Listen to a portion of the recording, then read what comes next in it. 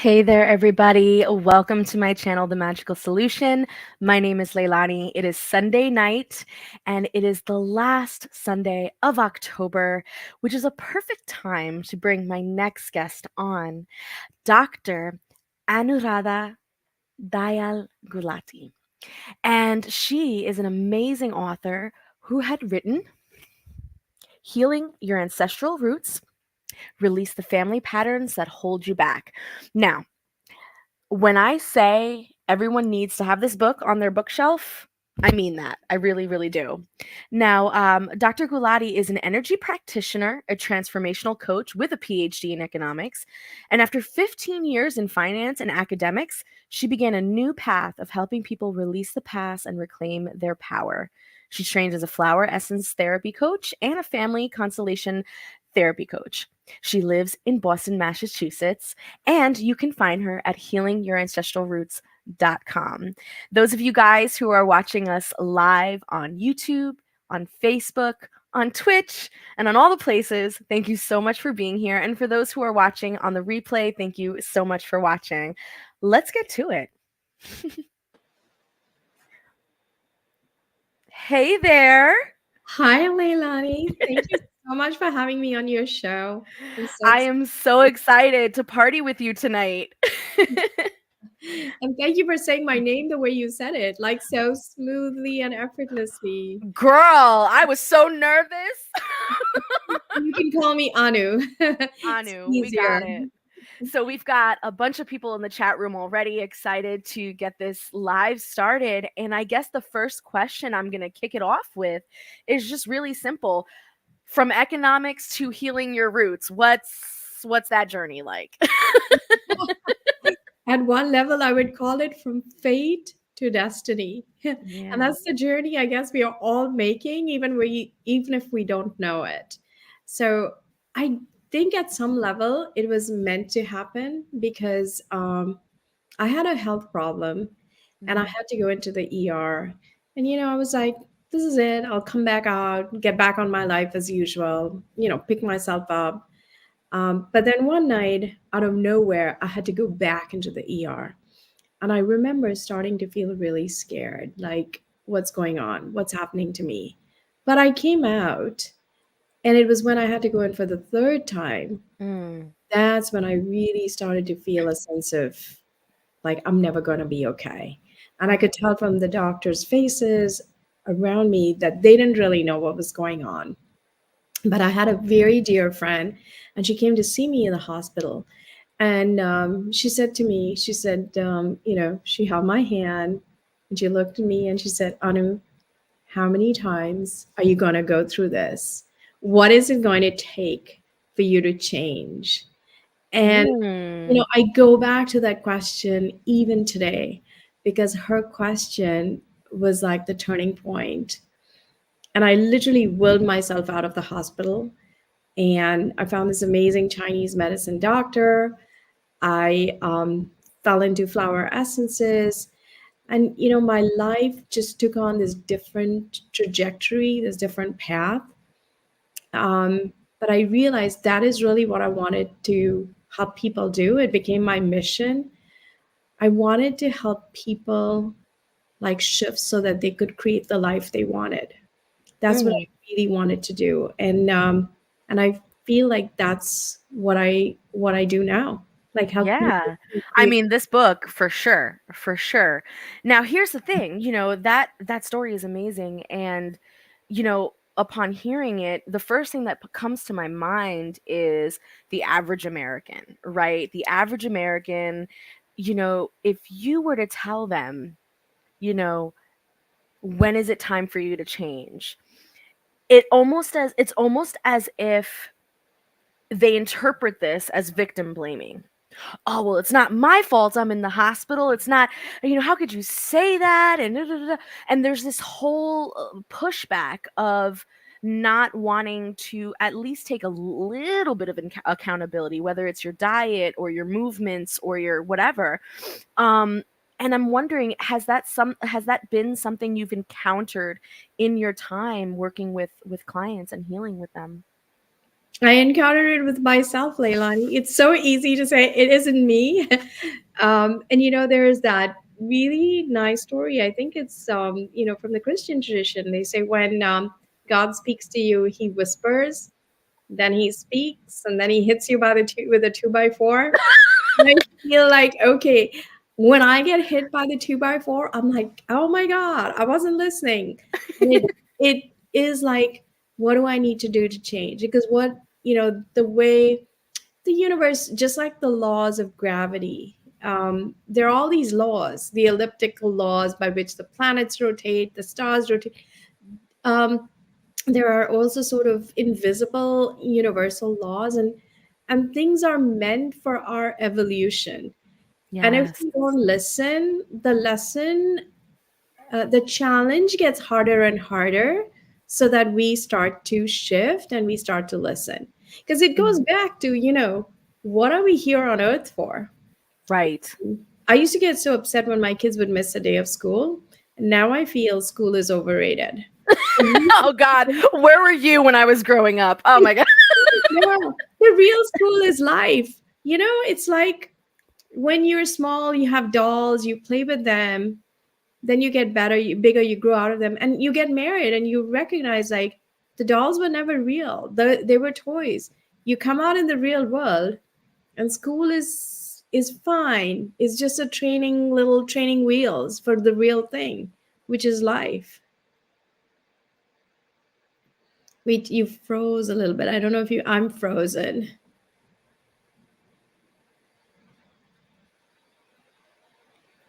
Hello, did I Okay. lose you? Yeah, I'm here. Can you hear me? You froze a Yes, little bit. sorry. That was a little Okay. weird. It's a full moon. You know how that goes. But Yes. yeah, life is the school. That's where we left off. Yeah, life is the school, and recognizing that we are here to learn, and the universe is going to force us to learn in whatever way it can. Um, That is a fact. That so is a fact. And just this idea of reincarnation also, that's kind of that's sort of how it all rolls itself out. Oh no, not yeah. again.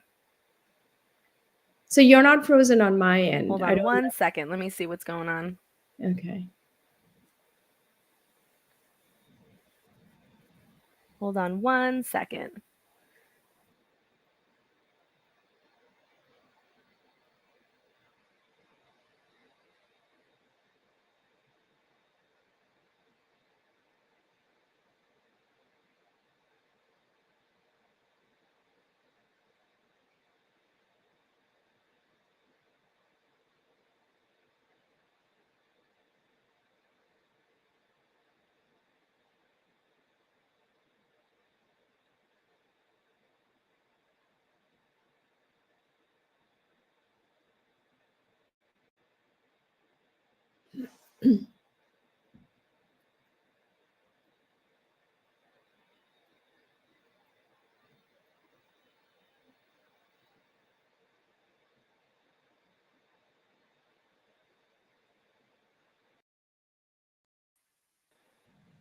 Hey there.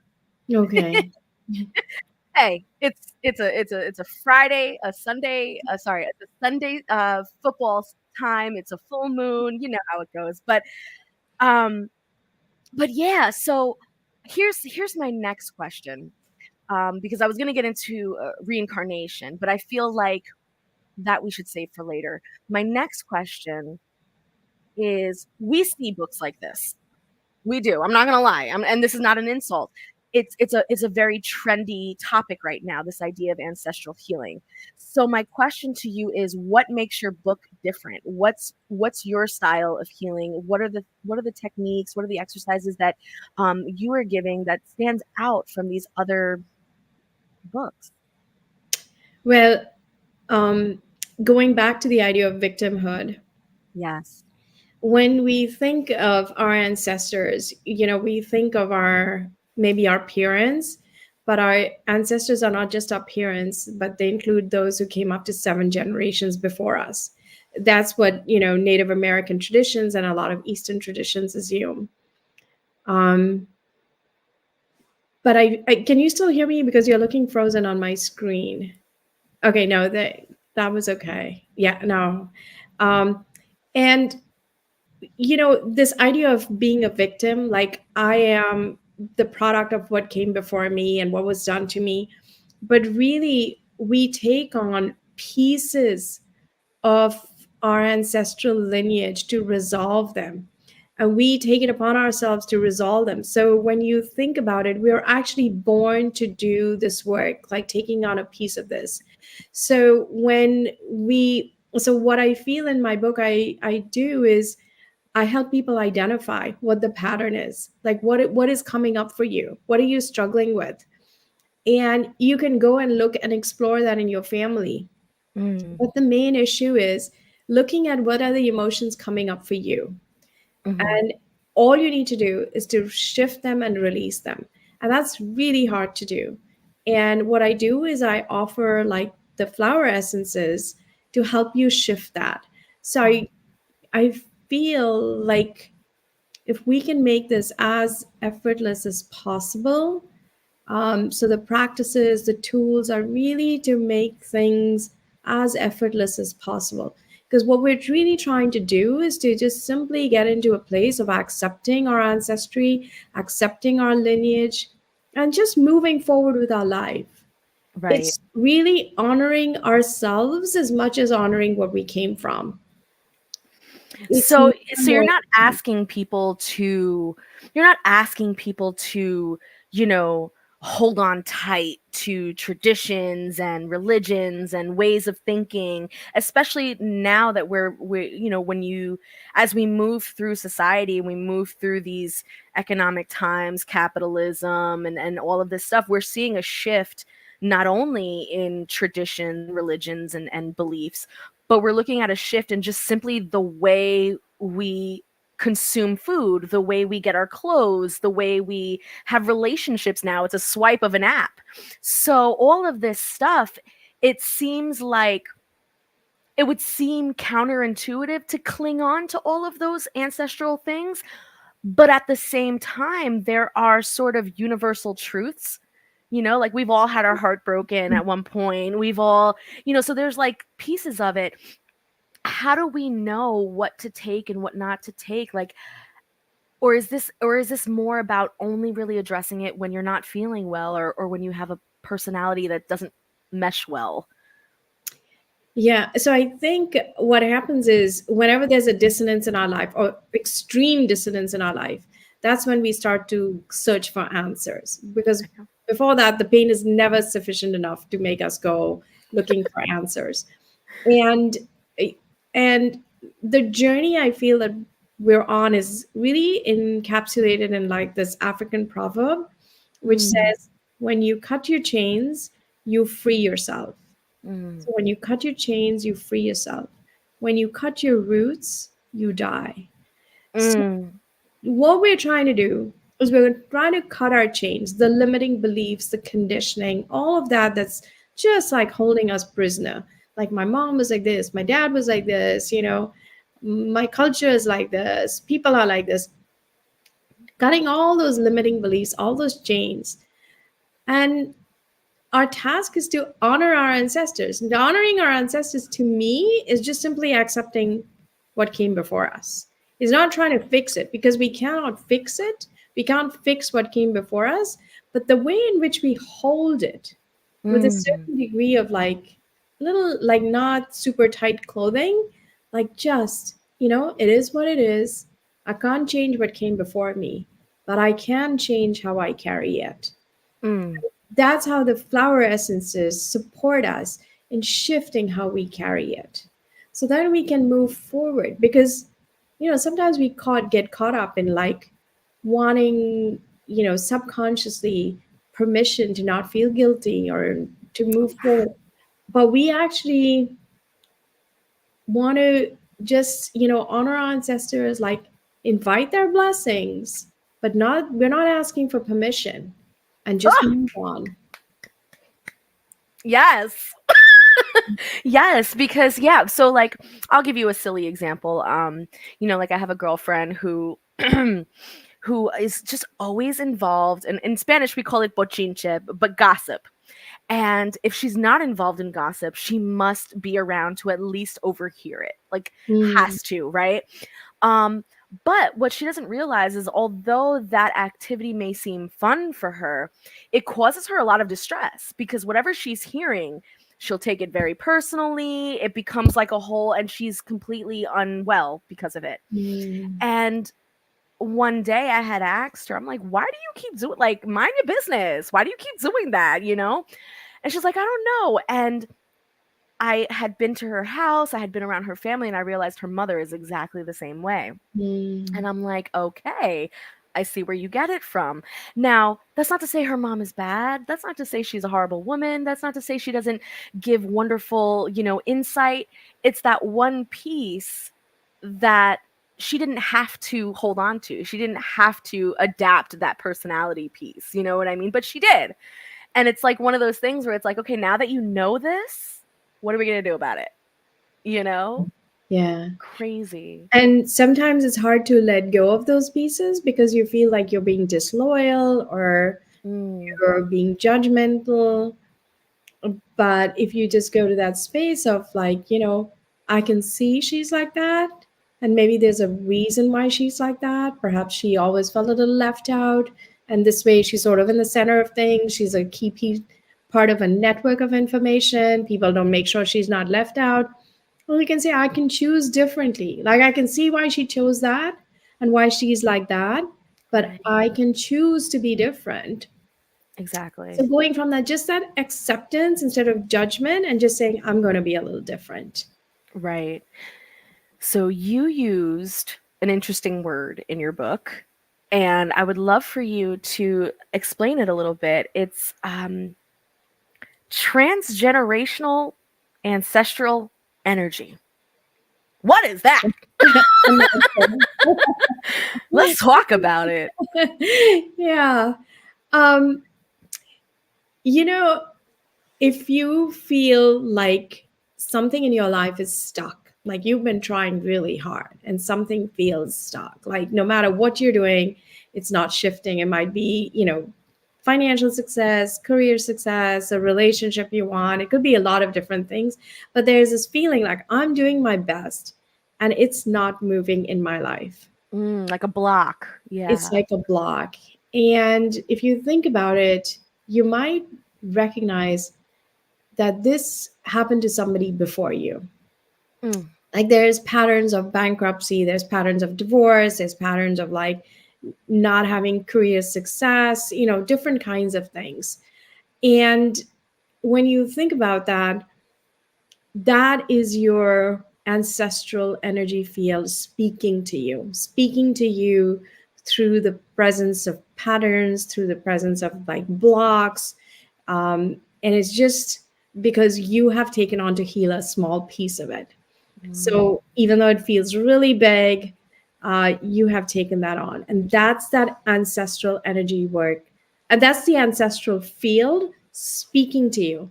And it speaks through the presence of patterns, like patterns you might see, getting divorced after the same like 15 years of marriage, just like somebody before you, your parents, or other patterns I talked about, emotional response patterns. You talked about your friend and her mom both having the same patterns of gossip.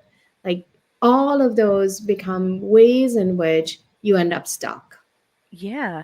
And it almost seems like you said it may appear bigger than what it is. But and I agree with that.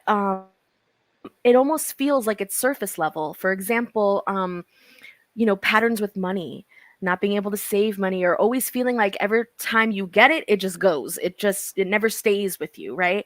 And so we can look at that and say, oh, there's ancestral patterns of poor money management, poverty mindset, all that stuff.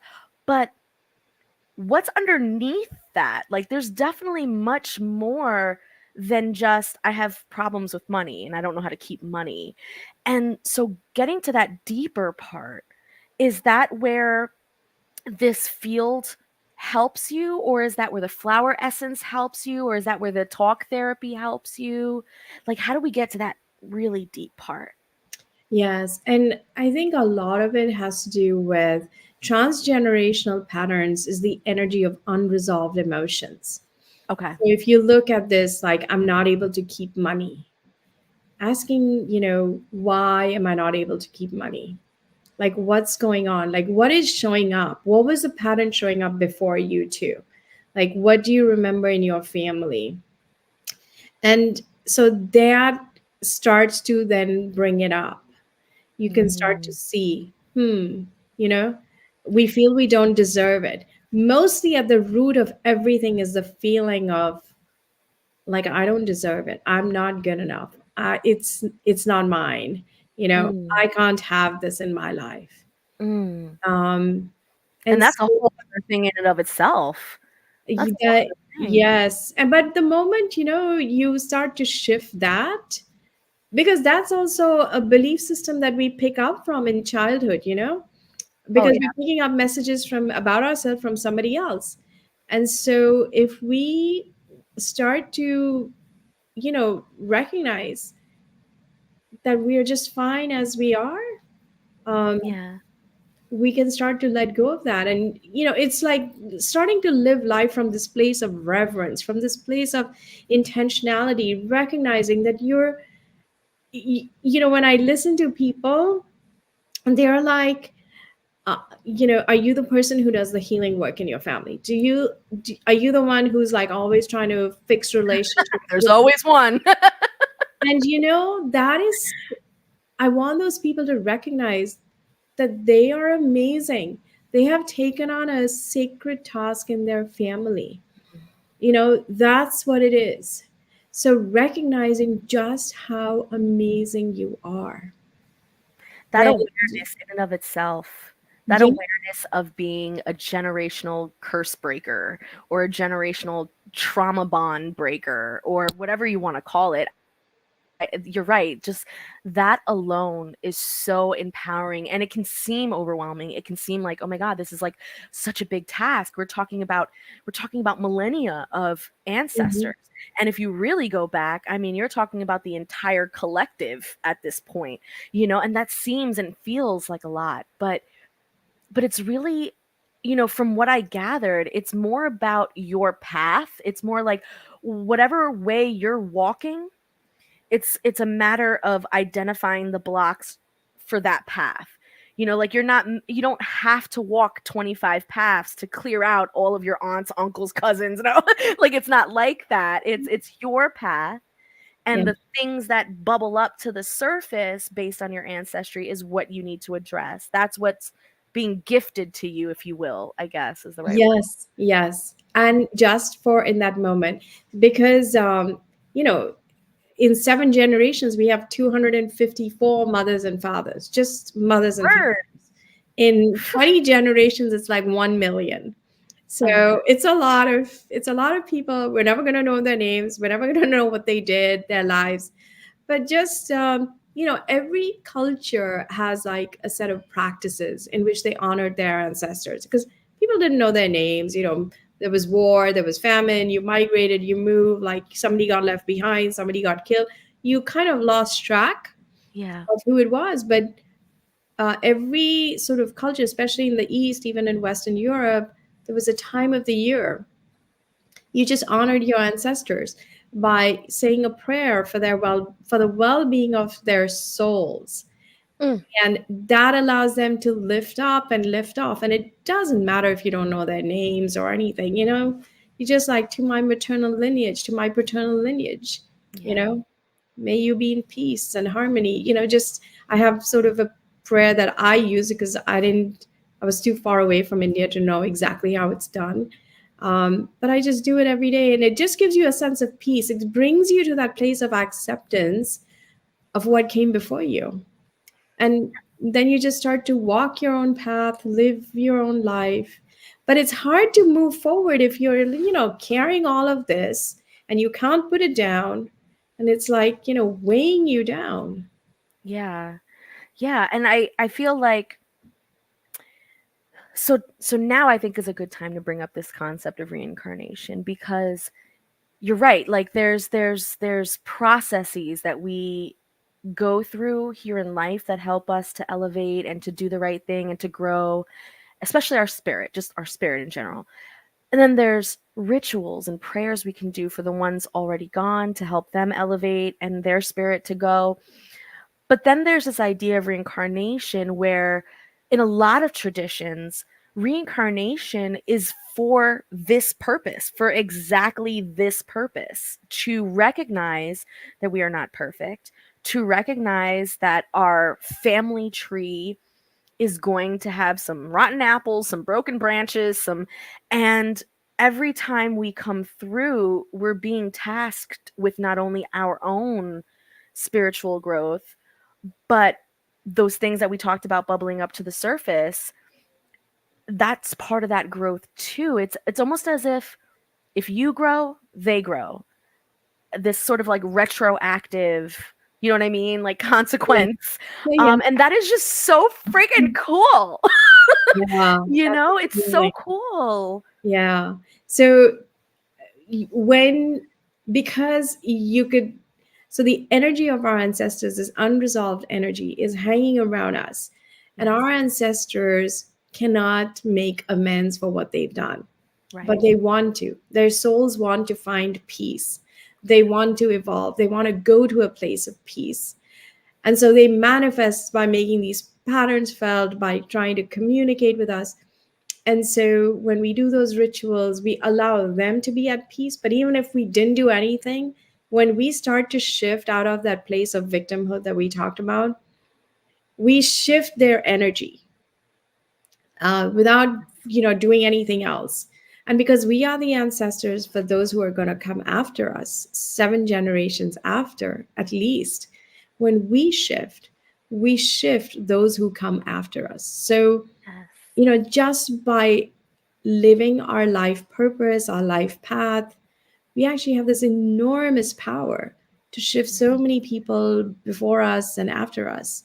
And that's how we go from fate to destiny. And Mm, talking about the reincarnation piece, like in the East we think of like the soul karma, the individual karma, what you've come to fulfill or shift in this lifetime. And mhm, then the family you're born into is the family karma, the family in which you have chosen to sort of work out and release your karma. mm, So hard as it is, when the family is challenging, it's so hard to believe that you actually chose it. mm. Um, and I think this is where a lot of religions, I'm digressing a little bit, I wanted to share No, this. let's do it. It's fun. A lot of religions tell you to honor your parents, Mm, whether it's Islam, Christianity, Judaism, Hindu. It's always honor your parents. It doesn't say love your parents, it just says honor your parents. And I think we have so much expectation of our parents, mm. but really, if you think of your parents' key task as sort of just bringing you into this earth, and that's it, they've done, I mean, Yeah, they did their job. yeah, so everything else is a bonus, but we get tied up. We get tied up in our expectations of them. They get tied up in their expectations of us. Right. And so it becomes this circle. And in the East, expectations are strong and we feel compelled to fulfill them. But Yeah. in the West, where it's a little bit different, and there's so much more focus on individuality, you can still get kind of adrift and feel like lonely and um, like unanchored in some ways. For sure. Actually, I'm so glad you brought that up because, just like our little talk the other day when we were kind of comparing different cultures, one of the things that I noticed is this idea of capitalism. Whenever capitalism and, this idea of democracy kind of comes into a space, whether by force or not, which is not the question, but when it comes into the space, all of a sudden there's this shift in what is important to people because they've been now given this new sort of lifestyle where what is important is now materialistic. It's what are you wearing, where what kind of house do you live in, what kind of car do you drive, who's your boyfriend, how's your hair, like it's a whole lot of stuff. And you see a shift from cultures that were very much about simplicity, family, you know, hard work, all that, to then me, mine, forget the next guy. And where do you find where do you find ancestral healing? Where do you find the ability to teach a mindset like that? You know what I mean? A Western mindset. Like that's wild because it feels like they're chasing a dragon. Like it's never gonna be healed. That's what it feels Yeah, like. yeah, yeah. And there's this story of this a Tibetan priest or a Buddhist priest, and he was going with another priest, and they passed this beautiful graveyard, and the the younger priest said to the older one, "Oh my God, it's so beautiful! Look how beautifully they keep their graveyards, and everything here is so beautiful." And the older one said, "Yes, they're awake, and the rest of us are sleeping." So, it's what causes us to wake up, to recognize that we are being conditioned by society, by advertising, by the media. Um, there's so much of that. And, as you see people in different stages of life, you see older people, they can't go out and eat as much. They can't go to the restaurants as much. They don't have that much desire to shop. Like all of those has started to fade away. Maybe they'll lose a partner. There's, other things are like coming and they're like exploring their life or reflecting on it or thinking about it. But if we start to, think for ourselves really, as opposed to being conditioned into what we should think, we can start to reclaim our power in some ways. And you Yeah, talk about the shifts that are happening, whether it's the slow food or, all of those mindful shifts that people are making. And they percolate down into the consciousness, as sort of a countervailing thought to the prevailing dominant thought. exactly. Yeah, I love that. I love that. It's the mindfulness. It's not being thoughtless when you're living your life. It's being analytical. It's being self reflective. It's all of that in order to do this. But at the same time, here's where I feel, for example, the term conditioning is a great example because we are animals and we learn through conditioning. We learn through music. We learn through a lot of different methods. And so what we don't realize is that the psychology of how we learn, these advertisers know it, these governments know it, these politicians, they know it. So their conditioning is going to be what it is. And I think you had said it in our previous talk that we need to sort of be more empowered to choose what we get conditioned by, because the conditioning is going to happen no matter what. That's just the way the brain functions. So if that's the case, being more empowered to choose the things that will condition you to do the right thing, um, having good habits, having discipline, things like that. Right? Do you think that makes sense? Yeah, and I think this is why life gets challenging or is challenging, Mm-hmm. because it's through that challenge that we go inside, that Mm. we reflect, that, we ask that question, like, how many times do I need to put up with this? Like, how many times is this going to keep happening to me before I'm going to change? Right. So, sometimes it happens with illness, sometimes it happens with something happening with your kid, or, with your relationship, with your job, there are things that happen, and in that instant something inside of you pivots. Yeah. There could be a mass shooting, but it's something inside it will pivot for one person and say no more. Mm. Their life from that moment on can take a completely different trajectory. Right. So, in that sense, the universe is speaking to us all the time. It's a question of what we choose to listen to. And, that's perhaps where maybe even 5 minutes of reflection or on your day or your life sort of starts to become like a time you reconnect with yourself. It's really a time of reconnection with yourself. It is. It is. And you had mentioned, so this reconnection. I'm again. I'm glad you brought this up because there seems to be. I mean, let's just talk about it. Let's just talk about it. In today's world, I mean, we've got about three wars happening kind of at once at the moment, and between that and this country in particular, literally everyone is struggling with money. People are losing homes. People are in places where the collective is in pain and the individuals are in pain. And this pain is so blinding. Like, who could possibly fucking think about ancestral healing when, this child is getting murdered and this person can't afford the rent and this person is abandoning their dog? And it's just like, when can you open your eyes to that? How can you open your eyes to that when you're filled with so much pain and anguish and suffering just from sheer proximity to problems? You know what I mean? Yeah, yeah. And It's a loaded question. it's a great question, Leilani. It's a great question. Because um, religion has always been one way in which we've tried to.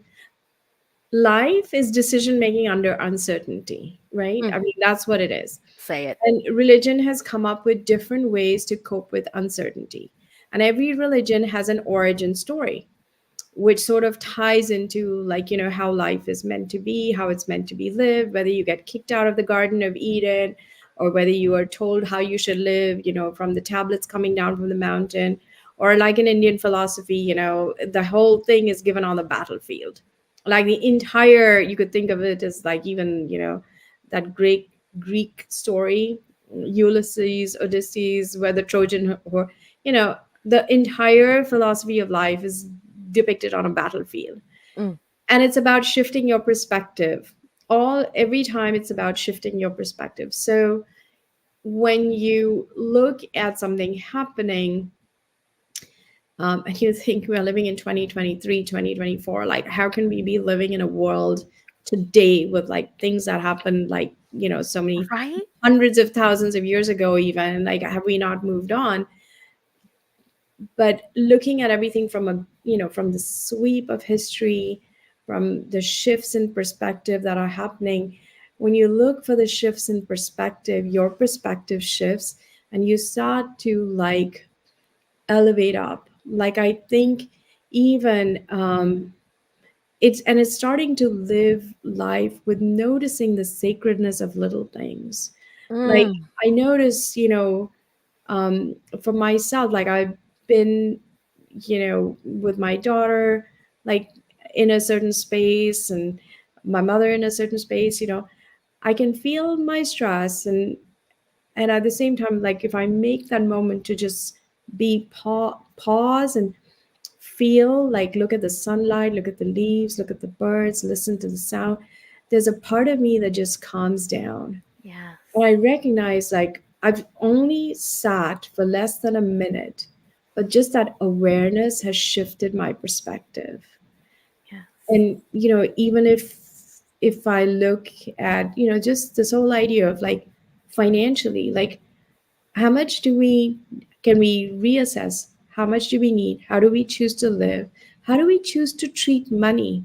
Can we Mm, treat it with sacredness? It shocked me when I went to India, and the guy who drove me from the airport to home, like, got this little slip to make sure, no one like is allowed. um, and he comes and he takes that slip and he touches it to his forehead and he touches it to his eyes. And for me, the amount of money that I was paying for my trip home from the airport to my mother's house was not very, very big. When I saw the reverence with which he treated that income, it made me realize, like, how much can we live with just being aware? of everything around us, that Right. there's a sacredness to it. And then that sacredness creates like an intentionality with which we can live. And our Yes. perspective, yes, there is a shooting, and then there's a mother who decides that she's going to change everything. There's so much happening, and you look at it, and yes, they are victims. We call them victims, but they are actually like people who are sacrificing their life for humanity, for Right. a different story for us to write. It's up to us to see their sacrifice, to see the sacredness of their task on earth and what they're calling us to be. And Oh, I think, we just rise up because we are in awe. We're like, oh my God, how could I not see this? How can I not be aware of this? And you just fall down to the ground and you say, oh my God, like, I gotta be bigger than this, I gotta be better than this. And it comes out in the kindness we show people around us, because that kindness then takes us to that place of happiness. it's God, woman, you're bringing me to tears. You're bringing everyone in this audience to tears because it's true. It's true. You look around and you see all the hurt and the pain and the suffering in the world, and it's one of those things where it's like, how could anyone look away? How could anyone deny it? How could anyone say that it's deserving, or say that they're happy it's happening? Like, how could anyone, because it's all of us. Like, we're all in this together. You know what I mean? My husband my husband is from India, and he brought a lot of his traditions with him, and I have a huge library in my house. I mean, huge, ceiling to floor, wall to wall library. And there are times where sometimes a book is not where it's supposed to be, and if it's on the floor, there's a whole conversation that's being had between me and my husband. And he'll pick up the book, he'll place the book to his head.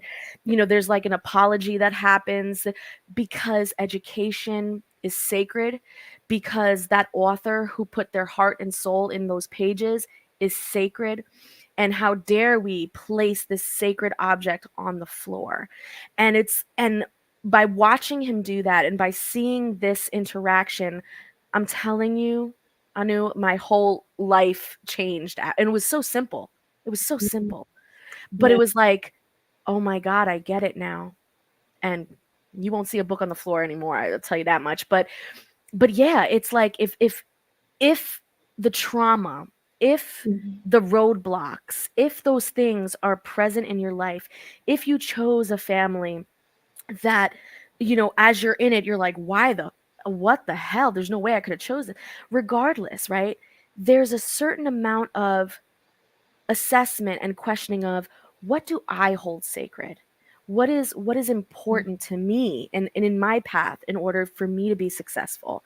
And then sort of working through that. But I grew up as a Latina, and in the Latin household, if you talk about yourself in that way, what's good for me, what do I need, it's considered very selfish. It's considered rude, because you have to first do whatever your family does and wants you to do before you think about yourself. And that may never come, because we are so entrenched with our families. And when our parents get old, they live with us. When they die, we're the ones who do the whole thing. And so we really don't get to start our lives until we're in our 50s, when everyone is finally dead. Sorry to say, but like, that's kind of the pressure that is put onto us. And so, where do we find the balance of seeking the things that we need for our path, while still maintaining the promise of our reincarnation to work through the karmas of our individual lives of reincarnation, and the karma that of the family that we chose? Like, how do we find that balance? Yeah, and it's that part of holding a compassionate boundary, Mm, because and when we talked about the expectation of the parent, if you're going to set a boundary, it comes up against the expectation of the parent. Mm. And, a lot of times you ask, your task is to still,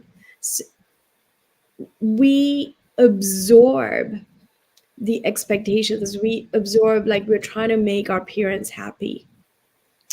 And, what I talk about in the book is you can never make your parent happy. Say it.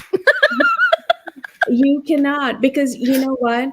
You were not the cause of what made them unhappy. So you cannot fix what made them unhappy. Hmm. So, but what you can do is you can hold a compassionate boundary. And if your mother is, like, for instance, very critical of, gossiping about everybody, just, it is what it is, but it doesn't have to affect you. And this is where I use the flower essences to sort of, like, help you set that boundary.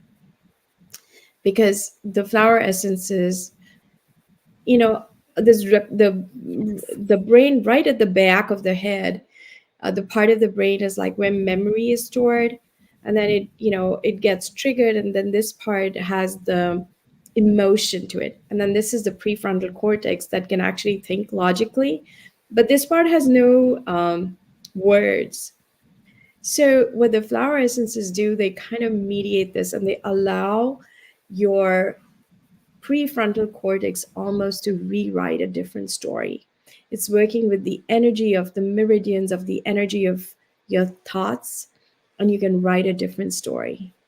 That's what shifts things. And you can be able to set that compassionate boundary with the help of the essences. I don't know if you froze.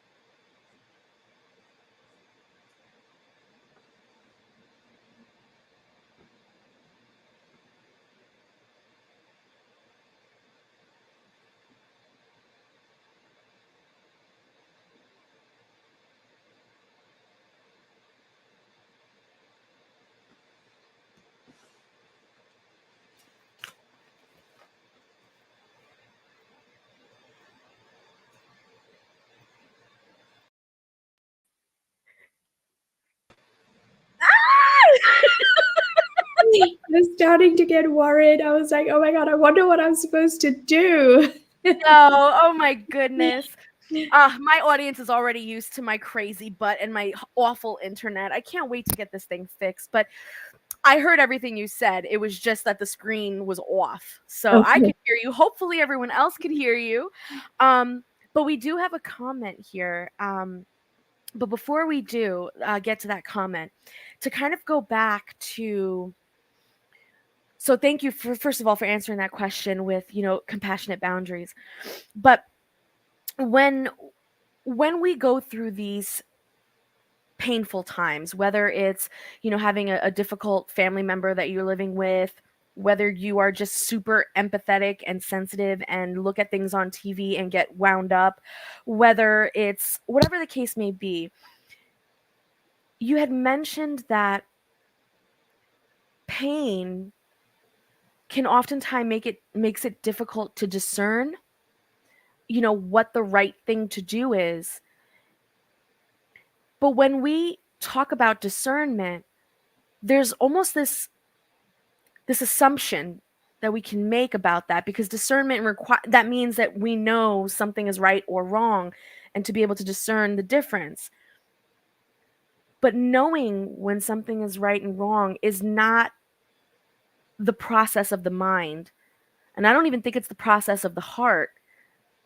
Where does truth in this healing field, where does truth and this concept of right and wrong stem from when we're doing this healing, and so that we can tap into that to be able to help ourselves discern?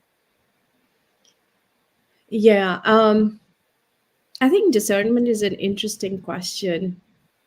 And, often sometimes when somebody will come to me and say, well, what should I do? Actually, I don't really know what they should do. I really don't. But I do know that something inside of you will tell you what to do. Yes. Because sometimes someone would say, oh, I don't know whether I should get divorced or I should. I don't know whether they should get divorced. I have no idea. But Right. what I do know is that somewhere inside of them, they have the capacity to know that for themselves. What is their right path of action? And, the flower essences kind of support that. There are many ways to sort of reconnect with yourself and start to hear yourself. Flower essences is only one way. There's many ways. Some people might just go for a long run and have an answer, or a long walk.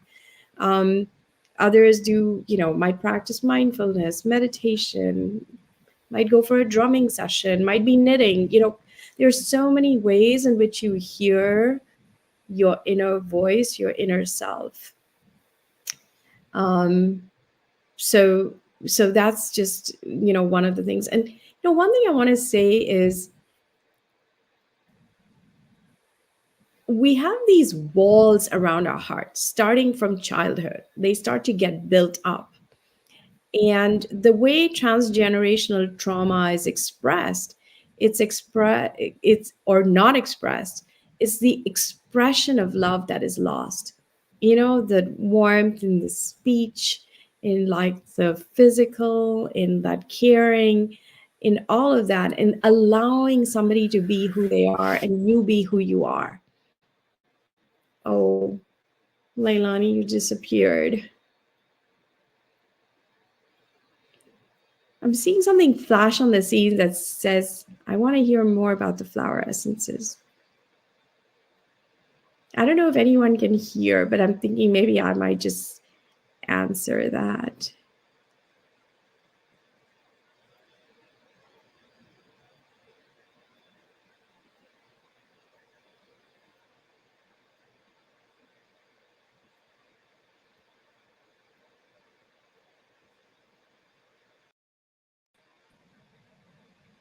I got you.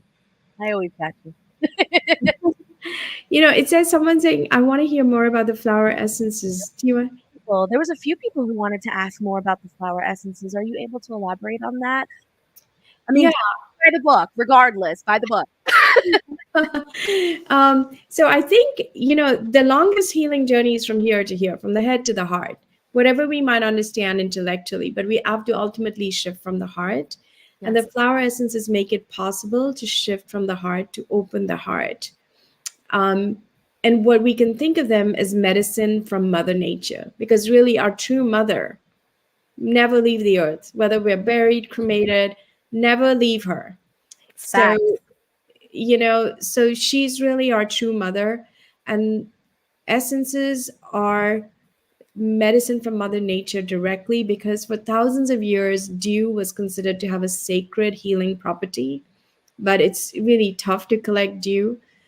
And in the 1930s, so almost 100 years ago now, a British surgeon found a way to recreate the healing property of dew and preserving it through these Mm. wildflower infusions, and preserved in brandy. So he identified 38 flowers. So they're really just the energetic property of the flower. So it's a wildflower infusion preserved with brandy, and different flowers have different properties.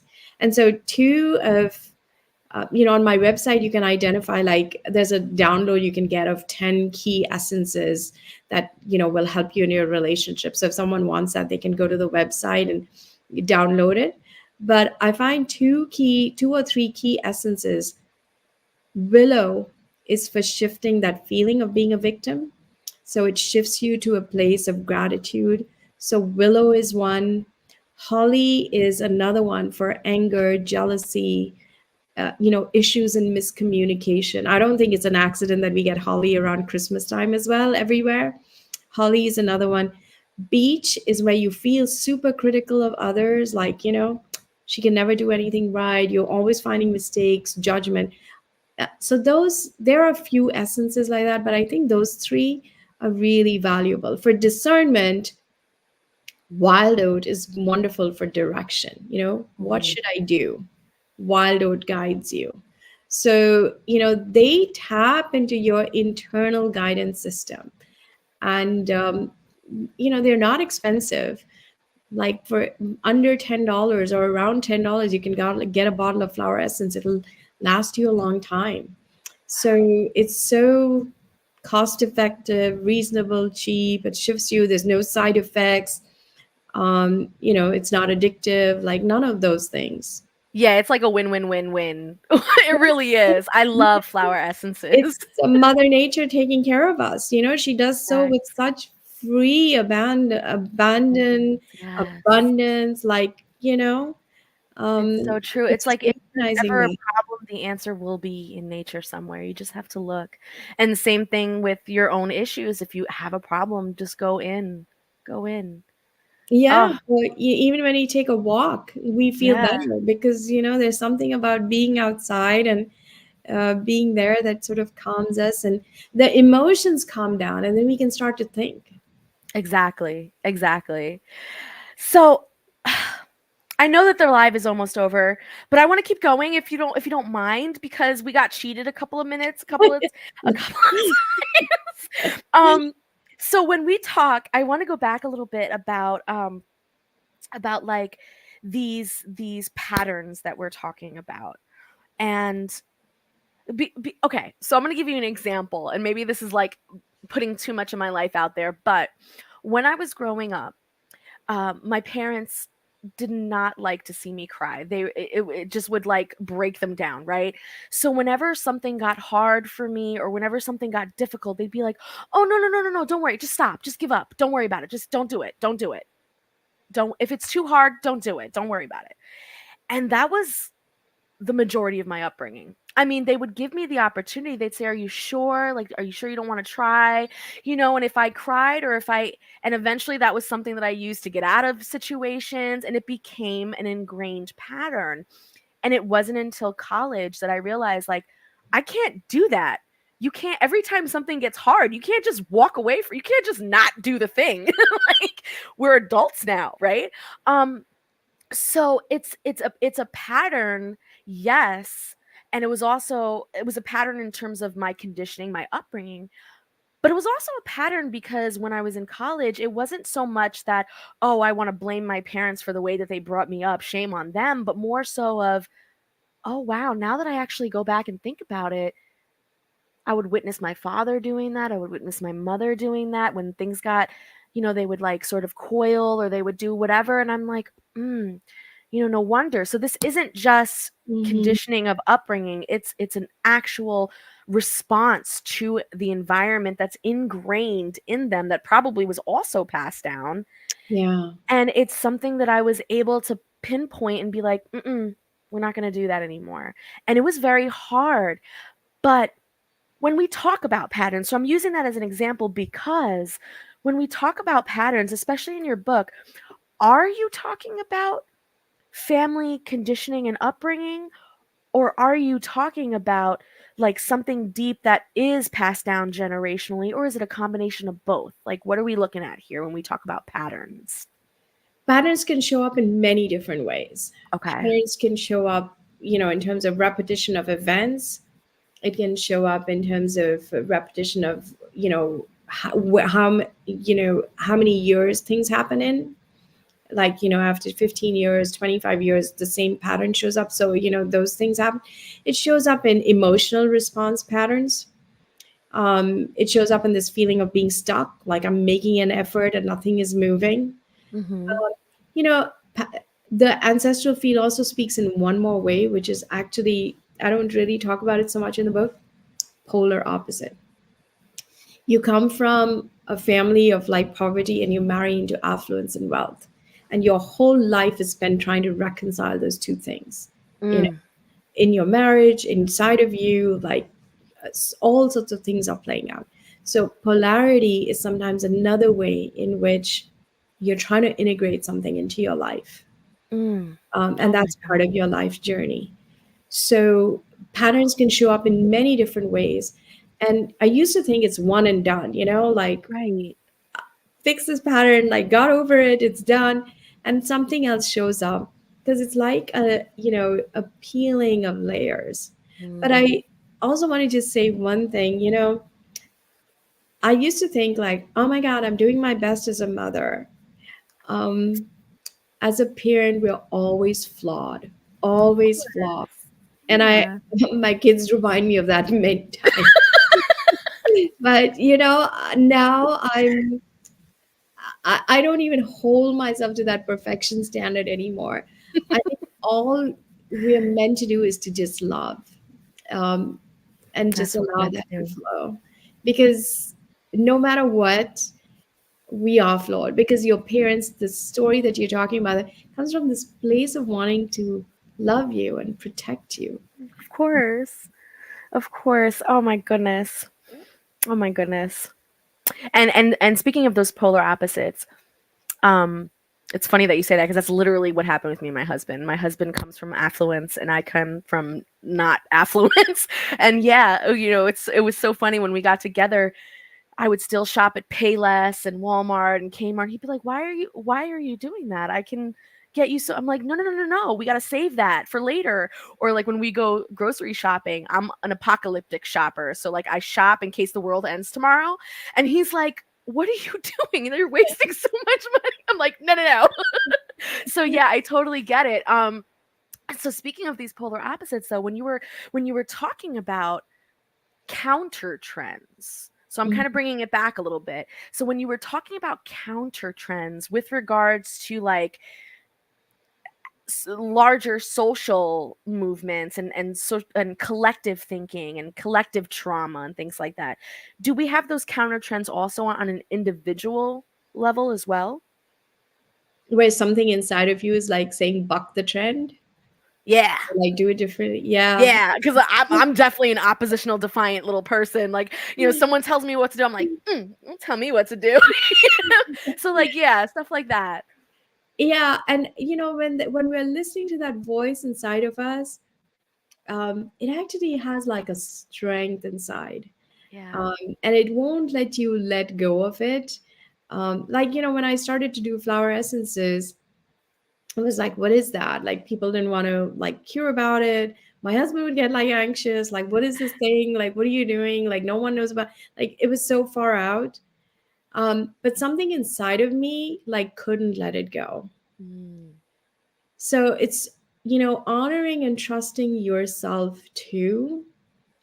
And our journey is not easy. It's no. meant to be challenging, but we're Yeah. not also going it alone. We're going with the blessings of our ancestors when we start to invite them. We're going with the support of Mother Nature. Yes. And we're also going with the support of like connecting and tapping into divine grace. Um, which makes its presence felt through synchronicity in our lives. We start to notice and we're going like, oh, this is amazing. Like this is happening. And so you start to recognize you're not alone. Yeah. There are the universe is out supporting you. It's sending people that are coming your way to support you. So you are being taken care of. It's just noticing all of that. Noticing all of that. That is the key. You are 1,000% right. I tell my students this all the time. The minute you open up that door to say, I'm ready to heal, I'm ready to do this, it's like, okay, and things get sent to you, and you get the help and you get the support that you need. The money gets sent to you as well if you need to get certain things in order to do your work. Like, it's amazing how it all just unfolds. It's almost as if the entire universe conspires for you to succeed, and coming to the realization also too that you're never going to succeed in one life. That's why there's a reincarnation process. Like, I think it gets really overwhelming from people because it's like, when is this gonna end? Like, can I just be finished and can I just be done? And it's like, sure, I mean, you can just say, I don't want to do this anymore, and just live the rest of your life. But those of us who choose to say, you know what, I'm gonna keep going, I'm gonna see where this takes me. I Yeah, think I think you'll be pleasantly surprised if you let it yeah, take you somewhere, yeah, you know? yeah. And Ah, the show is called The Magical Solution. And I think when you start being aware of synchronicity and all of the pieces that are invisible but are speaking to you, um, you do find that life is magical. You yes. do notice that there is an element of magic to it. Ah, And we could call it magic, we could call it sacred, we could call it like different things, but it's beyond like just what we're perceiving from here. It's like that wide angle lens that expanding the space, the field of perception for us. exactly. Oh my gosh. Yeah. I'm having so much fun and I don't wanna stop, but we are at the end, and I do wanna ask, if you had one last thing to say to the audience, if there's any advice you wanna give, any little last little tokens or words of wisdom you wanna leave the audience with. I think it's so important to reconnect with yourself. Like that, everything is conspiring to be this invitation to reconnect with yourself.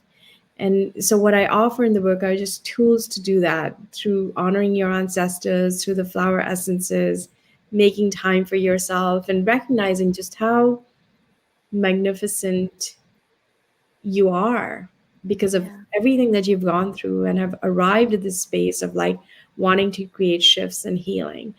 And just never forgetting that, because that's and making space for your emotions because they're speaking to you, they're your compass to that inner space.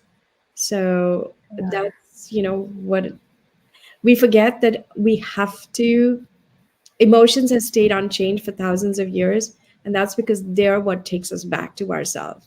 That unhappiness, the anger, the jealousy just invites you to reconnect with yourself. That's right. Thank you. And you Yeah. guys can reach her at healingyourancestralroots.com. So it's Dr. just Leilani, sorry, I just want to, it's healyourancestralroots.com. Heal, not healing. Yeah. Got you. Let's fix that because I don't want anyone to have that information wrong. But I have to say, I really enjoyed this conversation. Now, do you have any future plans? Any future books? Are you teaching classes? Like, what's going on in the world of you in the near future? I do have a course that I am launching. It's gotten a little delayed, but I think by the start of next year it'll be ready to launch. And it's either standalone, but I'm hoping to offer it as a group program where I can work with people, where you get to experience some of the shifts, some of the changes, and it's like journeying along with the book. So that's what's in the offing. And then I do consultations and workshops and things like that. So Well, you guys know where to reach her. healyorancestralroots.com. Dr. Anu, thank you so much for hanging out with me tonight. It was amazing. Oh, it was so wonderful to see you, Lailani. Thank you so, so much. Thank you. And You to know, everyone who watched us here live tonight, thank you guys so much for watching. And those of you who are going to watch on the replay, make sure you like, comment, share, and subscribe. But most importantly, remember, this is how we grow. Bye, guys.